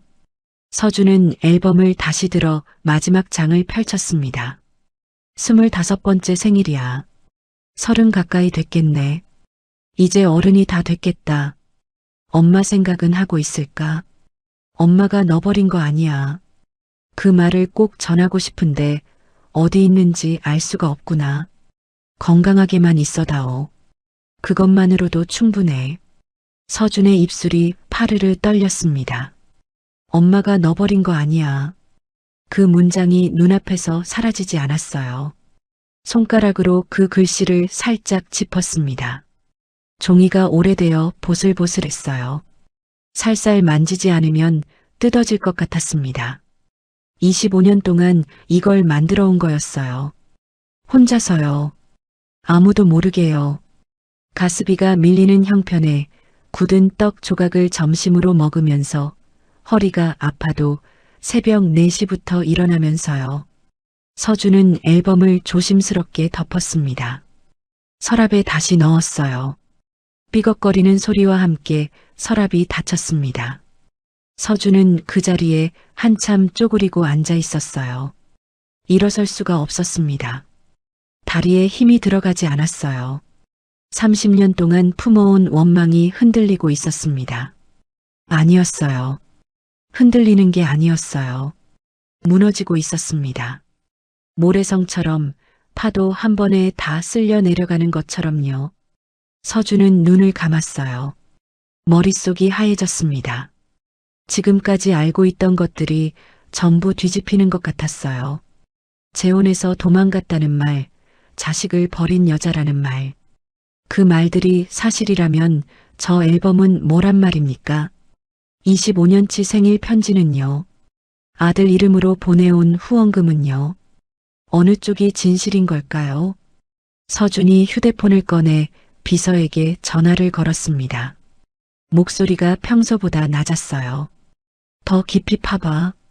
25년 전 상황을 전부 다 알아봐. 빠진 것 없이. 전화를 끊고 서준은 창고 문을 열었습니다. 가게 쪽에서 바람이 불어왔어요. 차갑고 조용한 바람이었습니다. 서준은 문틈에 기대어 눈을 감았어요. 귀 뒤쪽이 이상하게 시렸습니다. 미선이 처음 가게에 들어왔을 때 자신의 귀 뒤를 바라보던 그 눈빛이 떠올랐어요. 손끝이 떨리던 것도요. 왜 저 눈빛이 이제야 다시 생각나는 걸까요? 저녁 무렵이었습니다. 가게 문을 닫은 뒤 미선이 부엌을 정리하고 있었어요. 서준은 창고 문틈에 기대어 그 모습을 바라보고 있었습니다. 어제 서랍 속 앨범을 본 뒤로 머릿속이 정리되지 않았어요. 비서에게 더 깊이 조사해달라고 했지만 아직 연락이 없었습니다. 그때 휴대폰이 진동했어요. 비서였습니다. 서준이 창고 안으로 들어와 문을 닫고 목소리를 낮췄어요. 알아봤어? 비서가 잠시 뜸을 들이다 조심스럽게 입을 열었습니다. 회장님, 보고 드릴 게 있습니다. 25년 전 상황을 다시 확인해 봤는데요. 말해. 박미선 씨가 맨몸으로 집에서 나온 건 사실입니다. 위자료 기록이 전혀 없어요. 재혼 기록도 없고요. 이혼 자체가 없었습니다. 남편분이 일찍 사망하셨고 그 이후 시댁에서 쫓겨난 것으로 확인됩니다. 서준의 손이 멈췄어요. 그럼 아들을 어떻게 보낸 건데? 그 부분은 아직 정확히 파악이 안 됐습니다. 조금 더 시간이 필요합니다. 전화가 끊겼어요. 서준은 창고 벽에 등을 기댔습니다. 재혼이 없었어요. 맨몸으로 쫓겨났어요. 친척들이 했던 말과 달랐어요. 비서가 처음 가져온 자료와도 달랐어요. 대체 뭐가 진실인 걸까요? 서준은 눈을 감았습니다. 서랍 속 앨범이 다시 떠올랐어요. 25년치 생일 메모가 적힌 그 낡은 앨범이요. 글씨가 번진 자국, 손이 떨렸던 흔적. 저걸 만든 사람이 자식을 버리고 도망간 여자라는 게 말이 됩니까? 이튿날 아침이었습니다. 서준은 비서에게 다시 전화를 걸었어요. 목소리가 낮고 단호했습니다. 마지막으로 한 가지만 확인해봐. 저 가게 부지 시세가 얼마야? 평당 시세로 보면 전체 약 1억 내외입니다. 그럼 사업가로 위장해서 5억에 매입 제안해봐. 저 여자가 어떻게 나오는지 보게. 비서가 잠깐 말을 잃었습니다. 회장님, 그게 무슨 말씀이신지요? 들은 대로야. 시세 5배 제한이야. 거절할 이유가 없는 금액이에요. 저 여자가 돈에 눈이 먼 사람인지 아닌지 이걸로 마지막으로 확인하는 거야. 서준은 전화를 끊었어요. 이게 마지막이었습니다. 돈 앞에서 흔들리는지 아닌지 그것만 보면 됐어요. 자식을 팔아넘긴 사람이라면 5억 앞에서 솔깃할 수밖에 없을 거라고 서준은 생각했습니다. 2시간쯤 지났을 때였어요. 정장 차림의 여자가 가게 문을 열고 들어왔습니다. 비서였어요. 깔끔한 정장 차림에 서류 봉투를 들고 있었습니다. 서준은 창고 문틈으로 그 장면을 지켜봤어요. 심장이 빠르게 뛰었습니다. 비서가 명함을 내밀며 정중하게 말했어요. 사장님, 이 부지를 매입하고 싶다는 분이 계십니다. 5억을 제안하고 싶다고 하시는데요. 미선의 눈이 커졌습니다. 놀란 표정으로 비서를 바라봤어요. 그리고 한참 동안 아무 말도 하지 않았습니다. 시선이 가게 안을 천천히 훑었어요. 낡은 찜솥, 달아진 나무 의자, 벽에 걸린 오래된 달력까지요. 침묵이 길어졌습니다.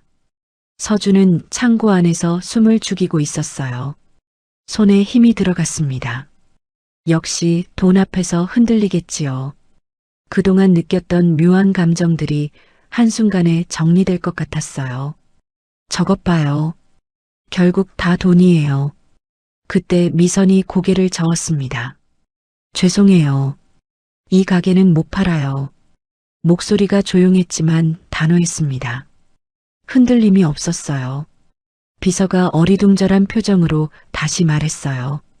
5억입니다, 사장님. 이 일대 시세보다 5배 높은 금액이에요. 미선이 창밖을 바라봤습니다. 시장 골목이 보이는 그 창이었어요. 오래된 나무 창틀 너머로 골목이 보였습니다. 미선이 잠시 숨을 고르더니 낮게 말했어요. 이 가게는요. 25년 전에 제가 처음 일을 구해서 들어온 곳이에요. 목소리가 조금 떨렸습니다. 아이와 며칠 동안 함께 있었던 곳이기도 하고요. 제 아들과 추억이 남아있는 유일한 곳이에요. 그런 곳을 저는 팔 수가 없어요. 비서가 잠시 아무 말도 하지 못했어요. 미선이 시선을 창밖에서 거두며 덧붙였습니다. 혹시, 정말 혹시라도요.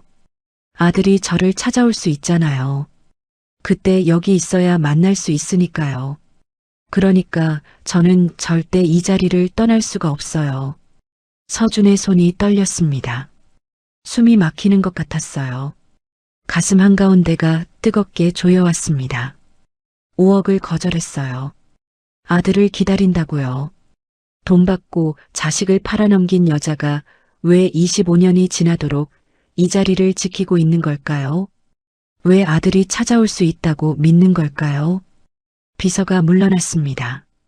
골목을 빠져나가면서 휴대폰을 들어 서준에게 보고했어요.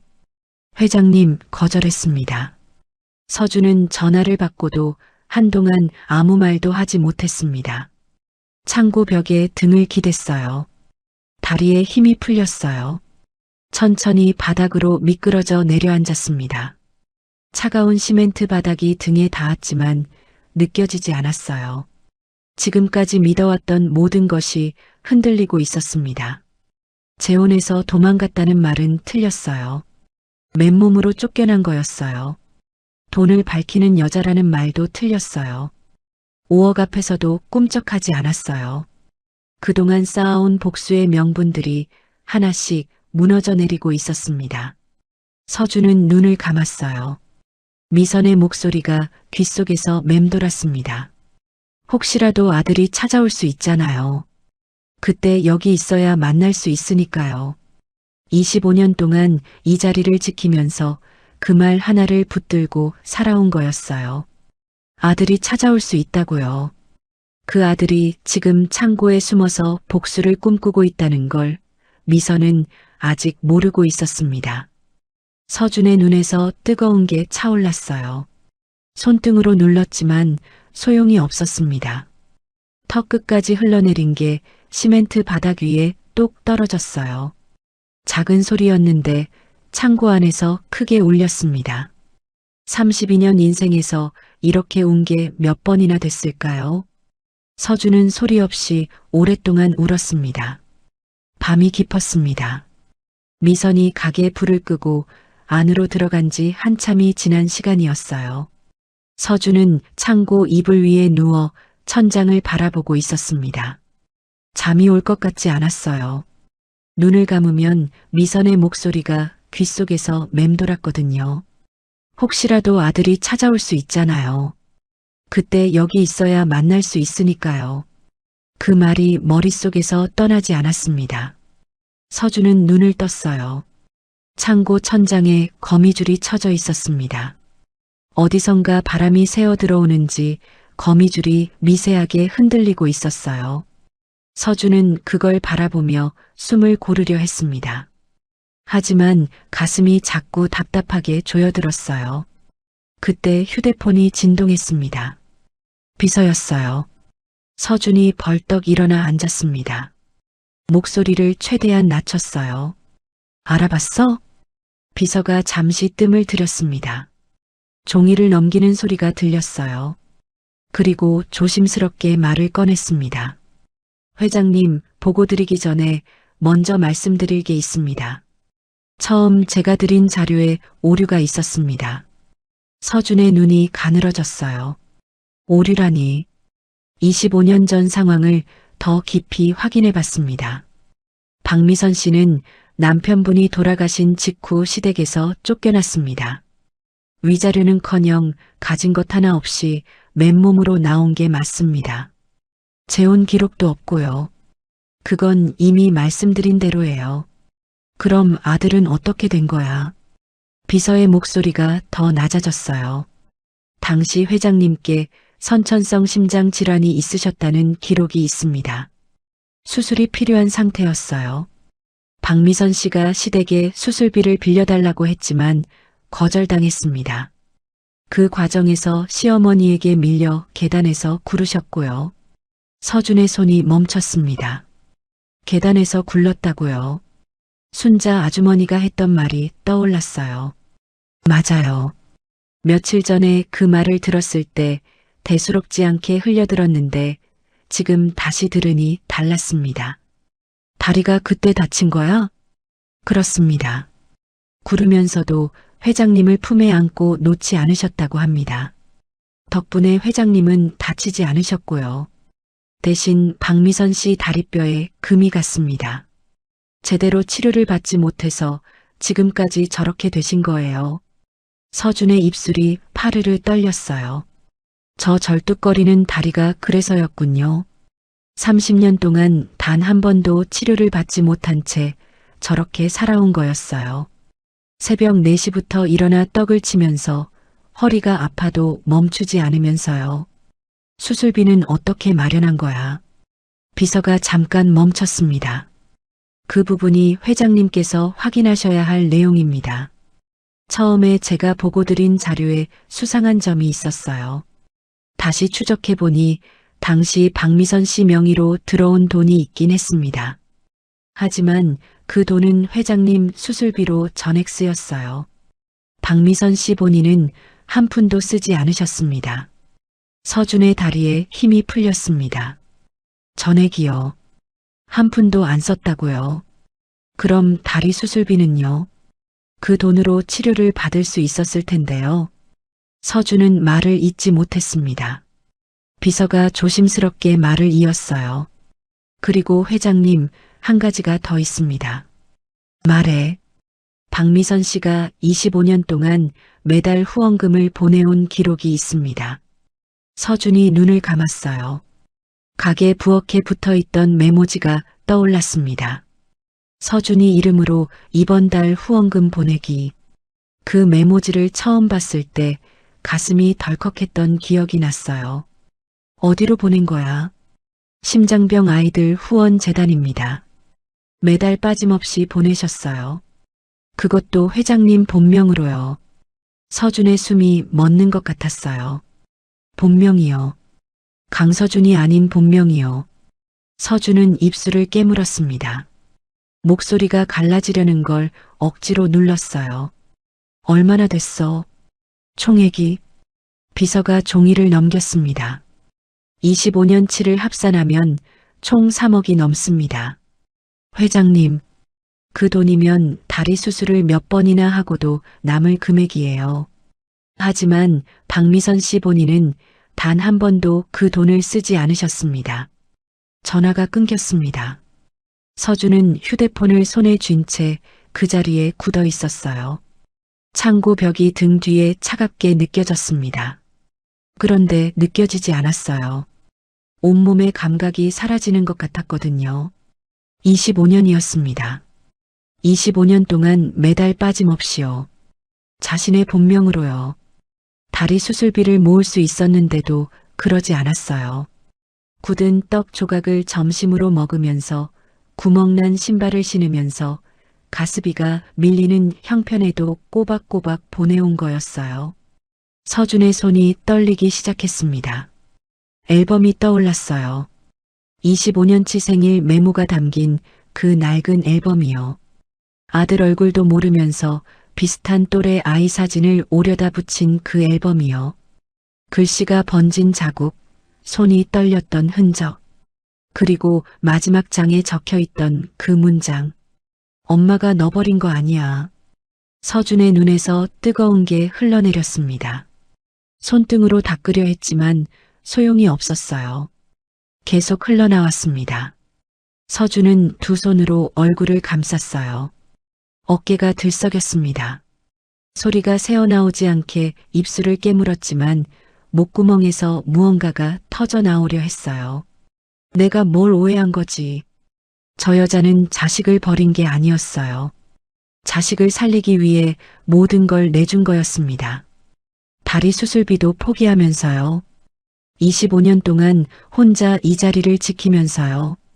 그리고 아들이 돌아올지도 모른다는 말 하나를 붙들고 5억짜리 제안 앞에서도 눈 하나 깜빡하지 않으면서요. 그런 여자를 복수하러 왔어요. 무너뜨리러 왔어요. 절망시키러 왔어요. 서준은 이불을 꽉 움켜쥐었습니다. 손마디가 하얗게 변했어요. 지금까지 25년 동안 품어온 원망이, 분노가, 복수심이 한꺼번에 쏟아져 내리는 것 같았습니다. 모래성처럼요. 파도 한 번에 다 쓸려 내려가는 것처럼요. 그날 밤 서준은 오랫동안 울었습니다. 소리도 내지 않고 아무도 모르게요. 창고 이불 속에 얼굴을 묻고 어깨를 들썩이며 울었어요. 32년 인생에서 이렇게 많이 운 적이 없었습니다. 아버지 장례식 때도 이러지 않았어요. 한참이 지났을 때 서준이 눈을 들었습니다. 눈이 퉁퉁 부어 있었어요. 숨이 아직 고르지 않았습니다. 서준이 휴대폰을 다시 들었어요. 비서에게 전화를 걸었습니다. 목소리가 낮고 단호했어요. 하지만 평소와는 달랐습니다. 차가운 분노가 아니었어요. 단단하게 굳은 결심이었습니다. 강영수 철저하게 조사해. 계약서 위조건 전부 다 파내고 인감도장 어디서 가져왔는지도 알아봐. 그리고 이 시장 부지 전체 매입 준비해. 비서가 잠시 놀란 것 같았어요. 전체 말씀이십니까? 응. 전부 다. 상인들 내보낼 생각하지 말고 그냥 매입만 해. 알겠습니다, 회장님. 전화를 끊었습니다. 서준은 창고 문을 살며시 열었어요. 가게 쪽에서 미선의 방 불빛이 희미하게 새어나오고 있었습니다. 아직 자지 않는 건지 아니면 불을 켜둔 채 잠든 건지 알 수 없었어요. 서준은 그 불빛을 오래 바라봤습니다. 어머니. 그 단어가 처음으로 가슴속에서 올라왔어요. 억지로 만든 말이 아니었습니다. 25년 동안 쌓여온 게 한꺼번에 녹아내리면서 자연스럽게 차오른 말이었어요. 낯설었지만 이상하게 따뜻했습니다. 창고 문을 닫았습니다. 내일이었어요. 내일이면 다 바꿀 수 있었습니다. 강영수와 그 일당을 끝장내고 저 여자가 25년 동안 지켜온 이 자리를 지켜줄 수 있었어요. 그리고 그 다음에는 아직 용기가 나지 않았지만 언젠가는 말할 수 있을 것 같았습니다. 저예요. 찾아왔어요. 어머니. 서준은 이불을 끌어당기고 눈을 감았습니다. 밖에서 바람소리가 낮게 울렸어요. 가게 철문이 살짝 흔들리는 소리가 들렸습니다. 그리고 그 너머 미선의 방에서 아주 작고 낮은 소리가 흘러나왔어요. 자장가였습니다. 서준은 눈을 감은 채 그 소리를 들었어요. 심장이 천천히 가라앉았습니다. 오후였습니다. 평소와 다름없는 시장 골목이었어요. 상인들이 좌판을 펼치고 손님을 맞이하고 있었고 골목 끝자락 미선의 떡집에서는 오늘도 하얀 김이 모락모락 피어오르고 있었습니다. 서준은 창고 안에서 비서의 연락을 기다리고 있었어요. 강영수 조사 결과가 다 나오는 대로 움직일 생각이었습니다. 그때 골목 분위기가 달라졌어요. 상인들이 하나둘 가게 안으로 들어가기 시작했습니다. 좌판을 서둘러 접는 사람도 있었어요. 공기가 무거워졌어요. 서준이 창고 문틈으로 내다보니 골목 입구 쪽에서 발소리가 들려오고 있었습니다. 한두 명이 아니었어요. 쾅! 가게 철문이 벽에 부딪히며 열렸습니다. 강영수가 들어섰어요. 이번에는 혼자가 아니었습니다. 검은 옷을 입은 용역들이 줄지어 따라 들어왔어요. 10명이 넘었습니다. 우르르 몰려오는 발소리가 좁은 가게 안을 가득 채웠어요. 강영수 옆에는 낯선 남자가 한 명 더 있었습니다. 정장 차림에 서류 봉투를 들고 있었어요. 미선이 찜솥 앞에서 멈췄습니다. 얼굴에서 핏기가 싹 빠졌어요. 두 손이 앞치마를 꽉 움켜쥐었습니다. 하지만 뒷걸음치지는 않았어요. 그 자리에 서서 강영수를 똑바로 바라봤습니다. 강영수가 서류 봉투를 탁자 위에 내던졌어요. 오늘 안에 비워요. 계약서대로야. 그런 계약 한 적 없다고 했잖아요. 미선의 목소리가 떨렸지만 물러서지 않았어요. 강영수가 손짓하자 용역들이 가게 안으로 밀고 들어왔습니다. 진열대를 밀어붙이고 찜솥을 끌어내기 시작했어요. 냄비가 굴러 떨어지고 그릇이 깨졌습니다. 쨍그랑 소리가 골목에 울렸어요. 미선이 필사적으로 막아섰습니다. 안 돼요. 그만해요. 제발이요. 부엌으로 달려가 찜솥을 붙잡았어요. 30년 가까이 새벽마다 국물을 우려내던 소치였습니다. 아들이 돌아오면 따뜻한 걸 해주겠다고 마음먹었던 소치였어요. 용역 하나가 미선의 손을 뿌리치며 세게 밀쳤습니다. 미선이 뒤로 비틀거렸어요. 발이 꼬이면서 바닥으로 쓰러졌습니다. 손바닥이 깨진 그릇 조각에 긁혔어요. 피가 배어났습니다. 얼굴이 고통으로 일그러졌지만 소리 하나 내지 않았어요. 서준이 창고 문틈으로 그 모습을 봤습니다. 주먹이 절로 쥐어졌어요. 손톱이 손바닥을 파고들었지만 아프지 않았습니다. 창고 문을 열고 뛰쳐나가려는 순간이었어요. 순자 아주머니가 앞치마를 휘날리며 뛰어들었습니다. 두 팔을 벌려 미선 앞을 막아섰어요. 이 사람들이 대낮에 이게 무슨 짓이에요? 시장 상인들이 가게 앞으로 모여들기 시작했습니다. 하지만 용역들에게 막혀 들어오지 못했어요. 강영수가 팔짱을 끼고 비웃었습니다. 순순히 나갔으면 이렇게 안 됐을 텐데. 미선이 바닥에서 몸을 일으키려 했어요. 손바닥에서 피가 흘렀지만 아랑곳하지 않았습니다. 가게 구석 선반을 바라봤어요. 25년치 앨범이 있는 창고 서랍이 보이는 쪽이었습니다. 저걸 빼앗길 수는 없었어요. 아들과의 25년이 담긴 것들을요. 눈에 눈물이 맺혔습니다. 30년 가까이 지켜온 이 자리를 이렇게 빼앗기는 건가요? 아들이 돌아오면 여기서 기다려야 한다고 그 말 하나를 붙들고 버텨온 이 자리를요. 미선이 절망에 빠져드는 순간이었어요. 그때였습니다. 골목 입구에서 엔진 소리가 들려왔어요. 하나가 아니었습니다. 낮고 묵직한 소리가 겹겹이 쌓이며 골목을 타고 밀려들었어요.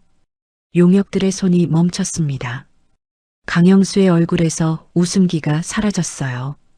검은 세단이 골목으로 들어오기 시작했습니다. 한 대, 두 대, 세 대. 멈추지 않았어요. 줄지어 들어오는 차들이 좁은 골목을 가득 채웠습니다.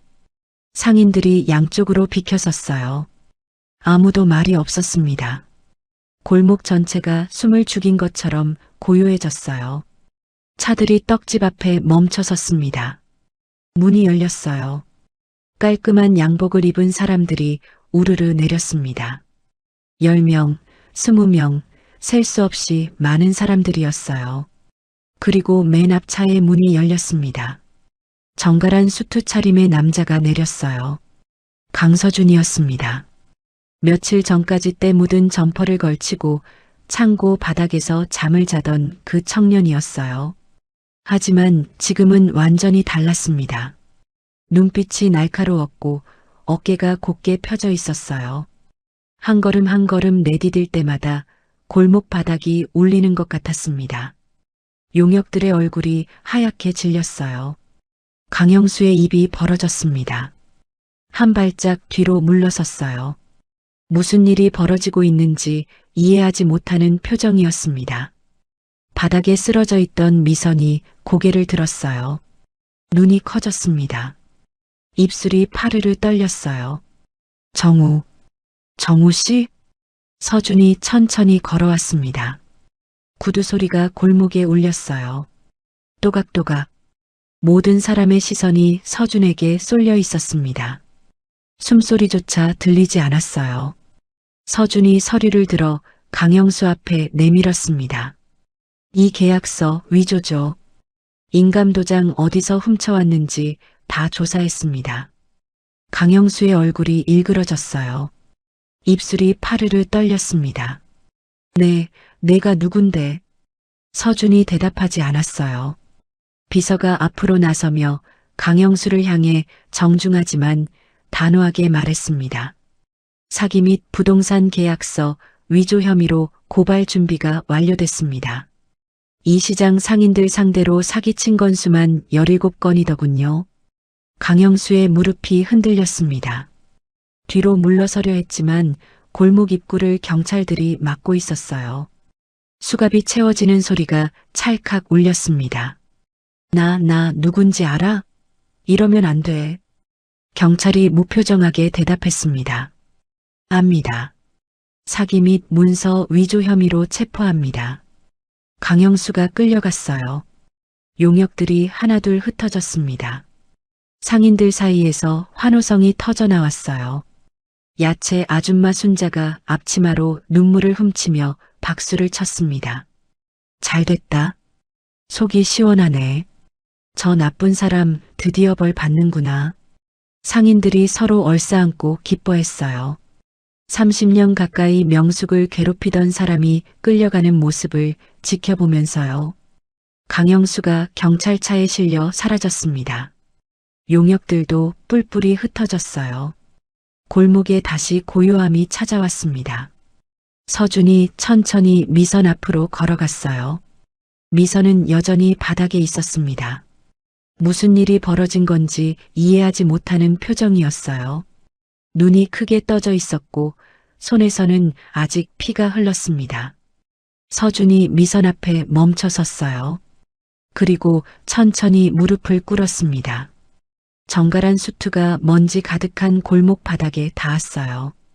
고급 양복이 젖은 흙에 검게 물들었지만 아랑곳하지 않았습니다. 골목 전체가 숨을 죽였어요. 상인들이 두 사람을 바라봤습니다. 아무도 말이 없었어요. 미선이 당황해서 손을 내밀었습니다. 정우 씨, 왜 무릎을 꿇어요? 일어나요. 서준의 입술이 떨렸어요. 목구멍까지 차오른 말이 있었습니다.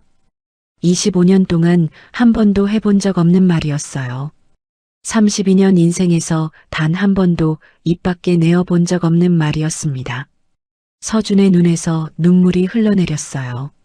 볼을 타고 턱 끝까지 흘러내린 눈물이 먼지 가득한 바닥 위로 떨어졌습니다. 서준이 미선의 손을 두 손으로 감쌌어요. 피가 배어나는 손이었습니다. 굵은 손마디, 갈라진 손등. 25년 동안 새벽마다 떡을 치고 혼자 이 자리를 지켜온 손이었어요. 서준이 그 손을 꼭 쥐었습니다. 목소리가 갈라졌어요. 엄마. 미선의 심장이 멈추는 것 같았습니다. 귀를 의심했어요. 숨이 막혔습니다. 입술이 파르르 떨렸어요. 엄마, 저예요. 서준이에요. 미선의 눈이 크게 떠졌습니다. 온몸이 굳었어요. 손이 천천히 올라가 서준의 얼굴을 감쌌습니다. 떨리는 손끝이 서준의 귀 뒤쪽을 살짝 어루만졌어요. 손톱만한 흉터가 있는 자리였습니다. 25년 전 품에 안고 굴러 떨어지던 날 생긴 흉터였어요. 그때 아기의 귀 뒤에도 똑같은 자리에 똑같은 흉터가 있었습니다. 미선의 눈에서 눈물이 쏟아졌어요. 정말 내가 서준이니? 목소리가 나오지 않았습니다. 입술만 달싹거렸어요. 서준이 고개를 끄덕였습니다. 말이 나오지 않았어요. 그저 고개만 끄덕였습니다. 미선이 서준을 끌어안았어요. 두 팔로 꽉 껴안았습니다. 25년 동안 품어보지 못한 아들이었어요. 25년 동안 앨범 속 다른 아이 사진을 붙여가며 그려온 아들이었습니다. 미선이 오열했어요. 목 놓아 울었습니다. 가슴 속에 쌓였던 25년의 눈물이 한꺼번에 쏟아져 나왔어요. 서준아, 우리 아가, 내가 죽기 전에 널 만나는구나. 미선의 어깨가 들썩였어요. 서준을 아는 팔에 힘이 들어갔습니다. 놓치면 다시 사라질 것 같아서요. 25년 전처럼 다시 떠나보내야 할 것 같아서요. 서준도 오열했습니다. 어깨가 들썩였어요. 32년 인생에서 이렇게 운 적이 없었습니다. 목구멍에서 소리가 새어나왔어요. 억누를 수가 없었습니다. 엄마, 미안해요. 오해했어요. 복수하러 왔어요. 엄마를 무너뜨리러 왔어요. 근데 엄마가 저를 얼마나 사랑했는지 이제야 알았어요. 미선이 서준의 등을 쓸어내렸습니다. 괜찮아. 왔잖아. 왔으면 됐어. 말이 아니었어요. 등을 쓸어내리는 손길이 그렇게 말하고 있었습니다. 서준은 그 손길에 얼굴을 묻었어요. 25년 동안 한 번도 느껴보지 못한 온기였습니다. 순자 아주머니가 두 사람을 바라보며 앞치마로 눈물을 훔쳤습니다. 미선아, 드디어 만났구나. 상인들이 눈물을 흘리며 두 사람을 지켜봤어요. 아무도 말이 없었습니다. 골목에 바람이 살랑살랑 불어왔어요. 오후의 햇살이 두 사람 위로 따뜻하게 내려앉았습니다. 25년의 기다림이 끝났습니다. 25년의 오해가 풀렸습니다. 한 달이 지났습니다. 병원 복도였어요. 흰 벽과 형광등 불빛이 길게 이어진 복도 끝에서 문이 열렸습니다. 미선이 나왔어요. 걸음걸이가 달랐습니다. 평소와 달랐어요. 절뚝거리지 않았습니다. 한 발짝, 두 발짝, 느리지만 똑바로 걷고 있었어요. 25년 동안 굽어있던 걸음이 처음으로 펴진 거였습니다. 서준이 복도 끝에서 기다리고 있었어요. 미선이 걸어오는 모습을 바라보며 서준의 눈이 뜨거워졌습니다. 억지로 참으려 했지만 소용이 없었어요. 미선이 다가오자 서준이 두 팔을 벌렸어요. 환하게 웃었습니다. 엄마, 이제 어디든 같이 걸을 수 있어요. 미선이 멈춰섰습니다. 서준의 얼굴을 한참 바라봤어요. 주름진 눈가가 더 깊게 패이도록 웃었습니다. 그래, 우리 서준이랑 어디든 갈 수 있겠네. 두 사람이 나란히 복도를 걸었어요. 서준이 미선의 손을 잡았습니다. 갈라지고 굳은 살이 박인 손이었어요. 25년 동안 새벽마다 떡을 치고 혼자 이 자리를 지켜온 손이었습니다. 서준이 그 손을 꼭 쥐었어요. 놓지 않았습니다. 2달 후였습니다. 서준이 운영하는 심장병 후원 재단의 이름이 바뀌었어요. 미선 심장 재단으로요. 25년 동안 아들의 본명으로 심장병 아이들을 후원해 온 엄마를 위한 선물이었습니다. 재단 현판을 달던 날 미선이 한참 올려다봤어요. 아무 말도 하지 않았습니다. 그냥 고개를 숙이고 한참 동안 그 자리에 서 있었어요. 서준이 옆에서 조용히 말했습니다. 엄마가 25년 동안 한 일이니까요. 엄마 이름으로 달아야 맞아요. 미선이 고개를 들었습니다. 눈가가 촉촉하게 젖어 있었어요. 서준의 손을 꼭 잡았습니다. 아무 말도 하지 않았어요. 말이 필요하지 않았거든요. 재단 첫 행사가 열렸습니다. 행사장에는 후원금으로 수술을 받은 아이들이 줄지어 서 있었어요. 서준이 미선을 직접 모시고 갔습니다. 아이들이 미선을 보자마자 달려왔어요. 할머니, 감사합니다. 할머니 덕분에 저 건강해졌어요. 할머니, 저 이제 뛰어다닐 수 있어요. 미선이 떨리는 손으로 아이들의 머리를 하나씩 쓰다듬었습니다. 25년 동안 혼자 보내온 후원금이 이렇게 많은 아이들을 살렸어요. 눈물이 흘러내렸지만 입가에는 내내 웃음이 번져 있었습니다. 서준은 그 모습을 옆에서 바라봤어요. 가슴이 가득 찼습니다. 말로 표현할 수 없는 온기가 가슴 안쪽 깊은 곳에서부터 퍼져나왔어요. 석 달 후였습니다. 재래시장 골목에 새 간판이 걸렸어요. 순잔의 떡집이라고 적혀 있었습니다.